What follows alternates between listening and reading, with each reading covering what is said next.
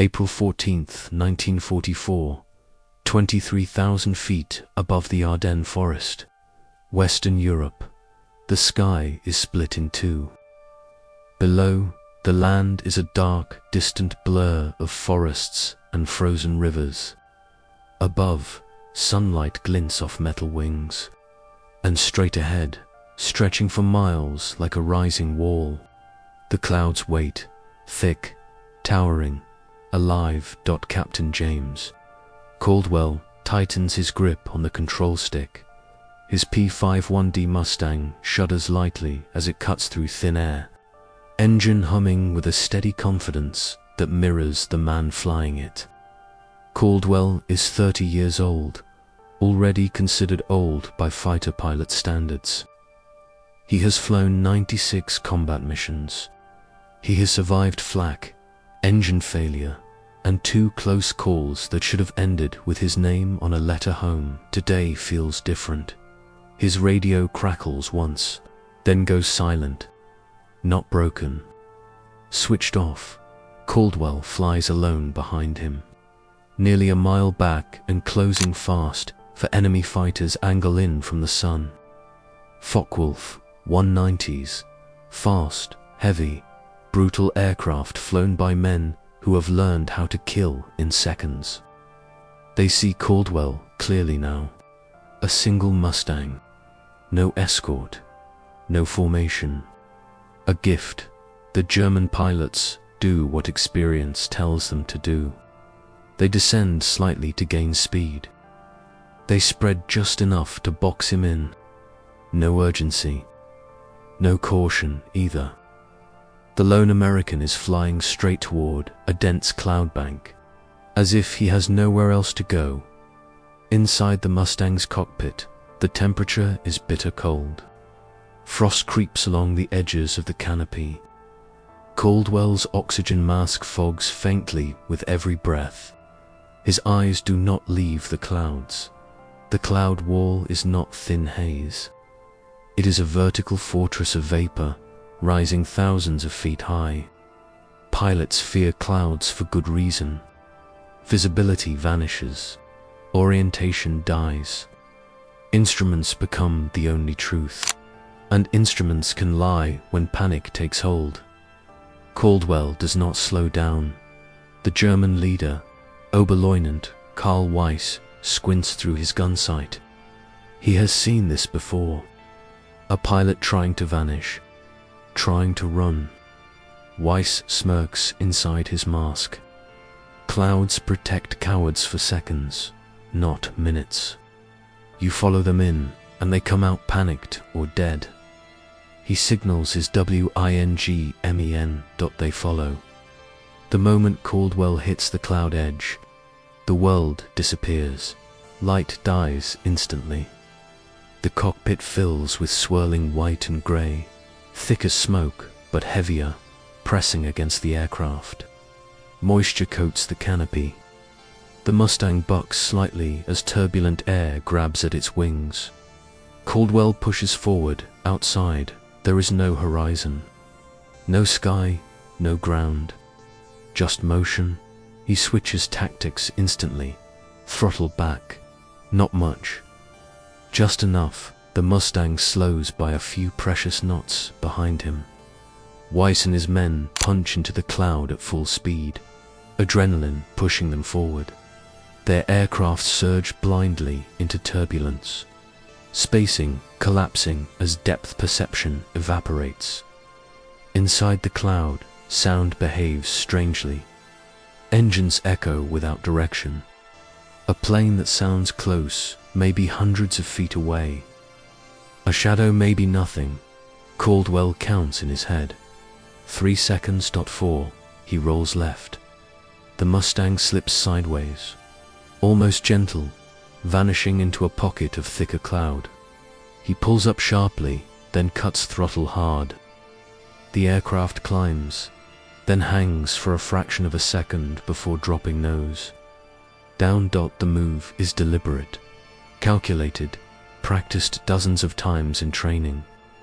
Never before, in combat, the first German fighter roars past beneath him, unseen by its pilot. Guns pointed at empty cloud. Caldwell breathes out slowly. He pushes throttle forward again. Sliding into position, shapes begin to emerge. A dark silhouette, wings, tail, too close.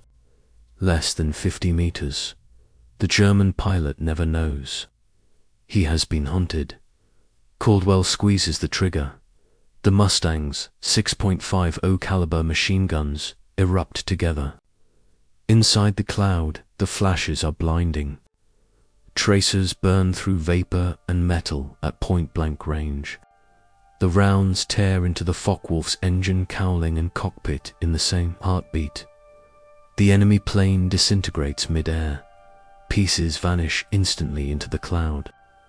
There is no explosion visible, only the sudden absence of a shape that existed a second ago. Caldwell does not watch it fall. He is already moving. He rolls again, dives deeper, then levels out, disappearing back into the white. The cloud hides everything, including him. Somewhere nearby, Weiss realizes something is wrong. His wingman has vanished from sight. Not broken off, not called out, simply gone. He tightens formation instinctively. It is the wrong instinct.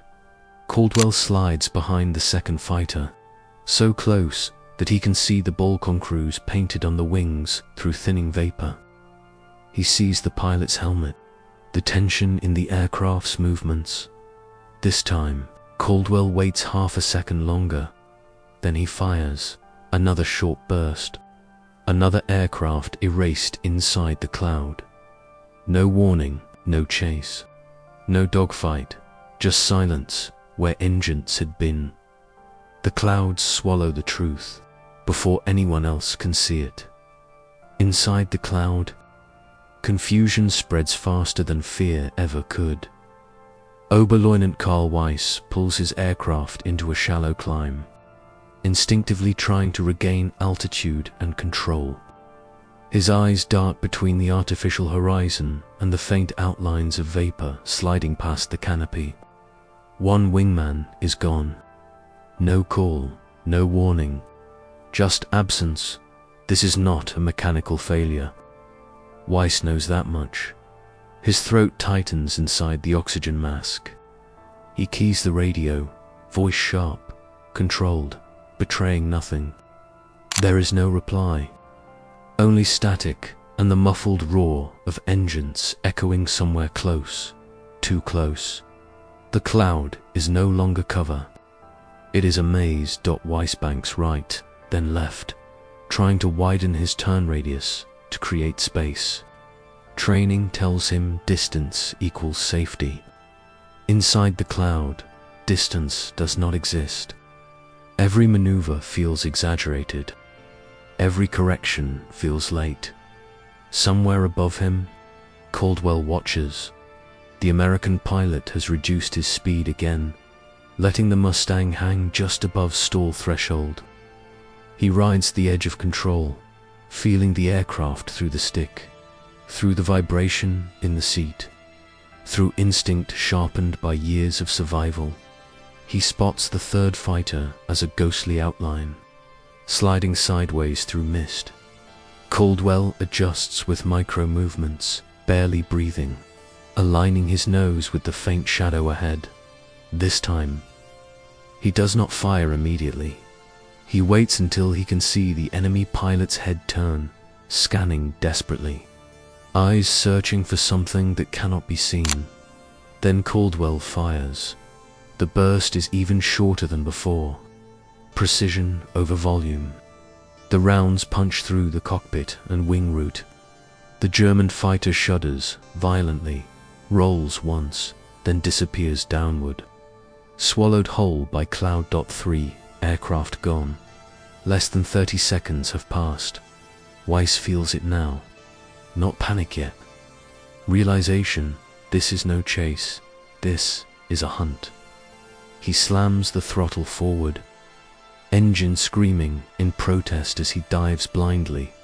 hoping speed will carry him out of the cloud bank. Moisture streaks across the canopy like rain. The airframe rattles. The altimeter spins faster than he expects. He does not see. Caldwell drop in behind him. The Mustang falls like a predator slipping from a tree branch.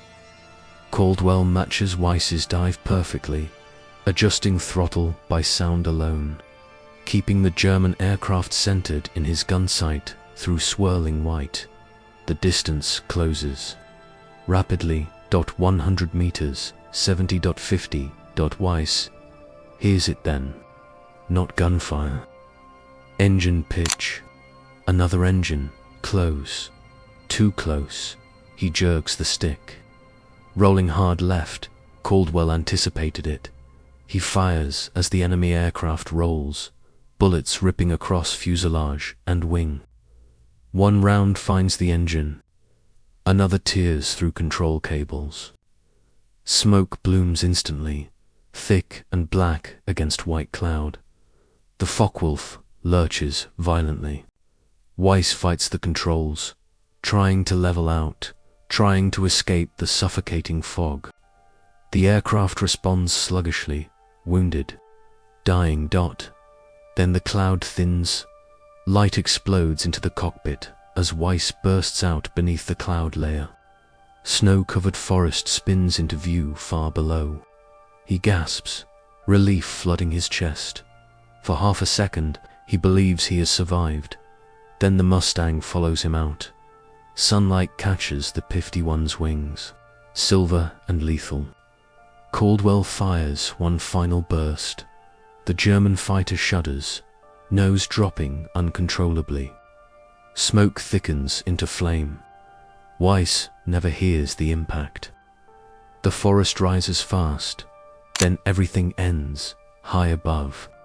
Caldwell climbs back into the clouds alone. He does not linger. He knows better than to tempt fate. Fuel is low. Ammunition nearly gone. His hands tremble now that the tension has broken. He checks his instruments carefully, methodically, forcing his breathing to slow. Only when he is certain no other aircraft remain does he turn west, slipping out of the cloud bank where he entered. Minutes later, friendly radar stations pick up a single contact emerging from the clouds. One plane. Back at the airfield, ground crews count the returning fighters. They notice the missing numbers. Intelligence officers ask questions. Caldwell gives short answers. He does not embellish. He does not need to dot cloud cover reported heavy. Enemy aircraft destroyed. Engagement complete. Later that night, German records will list for fighters lost to unknown causes. No witnesses. No confirmed kills. Just silence where pilots should have been. The lesson spreads quietly through squadrons on both sides. Clouds are not empty. Sometimes they are watching. By evening, the cloud bank drifts east, thinning as the sun sinks low over occupied Europe. What remains is quiet air and unanswered questions at the German airfield. Mechanics wait longer than they should. Engines cool. Coffee goes untouched. Helmets remain on hooks. For pilots are overdue now, far past the margin where radio failure or weather can explain absence. The operations officer checks his watch again, then again, as if time itself might reverse out of guilt. No one says the word lost yet. They never do at first. Reconnaissance. Aircraft are dispatched the next morning. They search the forest line beneath the cloud corridor, flying low and slow. Snow has already begun to cover the wreckage. Broken wings vanish under white. Fire scars blur into dark smudges that could be shadows. From the air, nothing looks definitive. The clouds have done their job twice now. They killed, then they concealed. Reports return vague. Possible crash sites. No bodies recovered. No enemy fighters observed. Officially, the 4 pilots are listed as missing. Unofficially, the story spreads anyway. Pilots talk. They always do. In mess halls and briefing rooms, whispers replace bravado. A lone American fighter. Clouds that swallowed aircraft whole. No radio calls. No warning shots. No dogfight in the open sky where skill can be measured and ego preserved. Just sudden disappearance. Veteran pilots listen quietly. New ones listen harder. Tactics begin to change. Orders are issued without explanation. Avoid isolated cloud banks. Do not pursue single aircraft into heavy cover. Maintain visual contact at all times. If contact is lost, disengage. Fear rewrites doctrine faster than any manual. Across the channel. At the American base, Caldwell sits alone in the barracks, helmet resting beside him. The adrenaline has long since drained away, leaving only exhaustion and the dull ache in his shoulders. Where tension lived for hours, a junior pilot finally asks him how he did it. Caldwell thinks for a long moment before answering, "I didn't fight them," he says quietly. "I waited for them to get lost." That is all he offers. In his report, intelligence officers underline a single phrase: enemy aircraft destroyed within cloud cover. They circulate it quietly among squadron leaders, not as instruction. As possibility torn, others try it. Not everyone survives the attempt. Cloud fighting demands more than skill. It demands restraint. The discipline to hold fire. The patience to slow down when instinct screams to accelerate. The nerve to trust instruments over eyes when the world dissolves into white. Those who lack it never return by winter's end. Losses over cloud-heavy sectors drop sharply on one side. On the other, they rise without clear explanation. Official tallies struggle to assign credit. Kill confirmations require witnesses. Clouds provide none. Years later, long after the war has burned itself into memory, veterans will argue about that day. Some will insist it never happened. Others will swear they knew. Pilots who vanished chasing a single fighter into whether that looked harmless from a distance. Caldwell never corrects. Them he knows the truth is simpler and colder than legend. The sky is not empty space. It is terrain. And like any terrain, those who understand it first decide who lives and who falls. High above where contrails once crossed and engines screamed, clouds still gather without warning. They drift, they wait. They reveal nothing, and sometimes only one plane comes back out. 2 days after the engagement, Caldwell is back in the air. Different route, different altitude, same war. The briefing does not mention clouds this time, but every pilot in the room notices the weather map pinned crooked on the wall. A thick band of unstable air stretches across the sector. Broken cloud layers, rising columns, the kind of sky that refuses to stay predictable. Caldwell studies it longer than necessary. He recognizes the shape, not consciously, in the way a hunter recognizes disturbed ground, in the way a sailor reads water. Up there, he does not search for enemies. He listens for them. The first contact comes fast. A pair of enemy fighters climbing hard, confident, aggressive. They spot him almost immediately and turn to intercept. Caldwell does not run. He does not charge. He lets them see him, lets them commit. Only then does he angle upward again, toward the clouds that are already beginning to thicken. this time. They hesitate, just for a second. That hesitation tells him everything. Fear has traveled faster than intelligence, faster than orders. The story has grown teeth. One fighter breaks off early, unwilling to enter the white. The other follows, slower than before, maintaining distance. Caldwell does not pursue. He does not need to. The lesson has already landed. He turns back toward base with fuel still in his tanks and ammunition untouched. Victory does not always make noise. On the ground, analysts notice the shift within a week. Enemy patrols skirt cloud formations. Intercepts become cautious. Lone fighters are ignored rather than chased. Airspace that once swarmed with confidence now feels restrained. Defensive, something invisible is working. They cannot map it. They cannot count it. But they feel it. Clouds become psychological territory. Caldwell flies fewer combat sorties after that.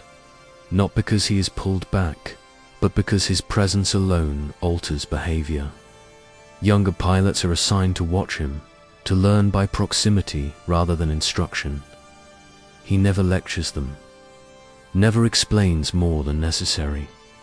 Don't fight the sky, he tells one. Let it do the work. Years later, historians will argue whether cloud fighting truly shifted aerial doctrine or merely coincided with larger changes in the war. They will debate radar improvements, fuel shortages, pilot fatigue. They will write charts and footnotes and careful conclusions, but none of them will have felt what Caldwell felt inside that cloud, the moment when sound vanished, when the world shrank to instruments and breath, when the enemy ceased to be an opponent and became prey without knowing it. That moment never leaves him. Long after the war ends, when commercial aircraft punch through cloud layers and passengers grip armrests without understanding why, Caldwell will look out the window and feel the old stillness return. Not fear, control, because he knows what the clouds can do, and more importantly, what they can hide.